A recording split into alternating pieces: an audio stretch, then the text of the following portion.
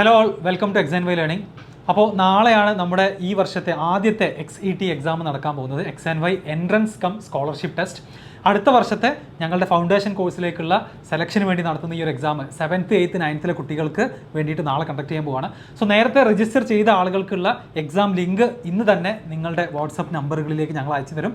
അപ്പോൾ എങ്ങനെയാണ് എക്സാം എഴുതുക, എക്സാമിൻ്റെ പാറ്റേൺ എന്താണ്, നിങ്ങൾ ശ്രദ്ധിക്കേണ്ട കാര്യങ്ങളാണ് ഞാൻ ഈ വീഡിയോയിലൂടെ പറയാൻ ഉദ്ദേശിക്കുന്നത്.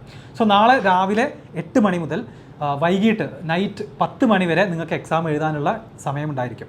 സോ ഈ ഒരു ഡ്യൂറേഷൻ്റെ ഇടയ്ക്ക് നിങ്ങൾ എപ്പോൾ വേണമെങ്കിലും നിങ്ങൾക്ക് എക്സാം എഴുതാവുന്നതാണ്.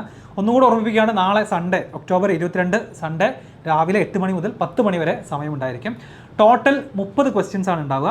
അതിൽ നമുക്ക് 5 സബ്ജക്റ്റുകളാണ് വരുന്നത്. Mental ability, physics, chemistry, biology, mathematics എന്ന് പറയുന്ന ഇത്രയും 5 സബ്ജക്റ്റുകളിൽ ഓരോ സബ്ജക്റ്റിലും 6 ക്വസ്റ്റ്യൻസ് വീതമാണ് എക്സാമിന് ഉണ്ടായിരിക്കുക.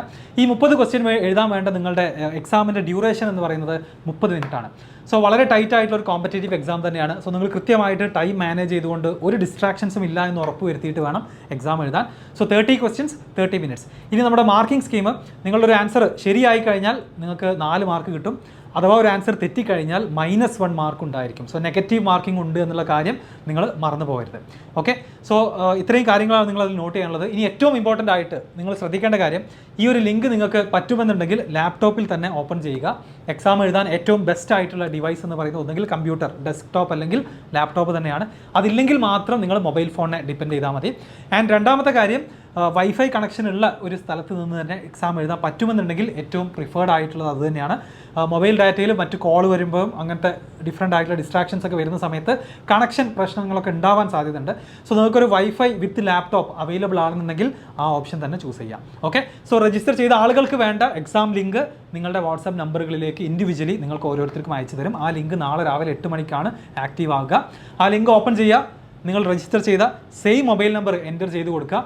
ഒരു OTP മെസ്സേജ് വരും SMS ആയിട്ട്. ആ 4 ഡിജിറ്റുള്ള OTP എൻ്റർ ചെയ്യുക. എക്സാം പോർട്ടലിലേക്ക് നിങ്ങൾക്ക് എൻ്റർ ചെയ്യാവുന്നതാണ്.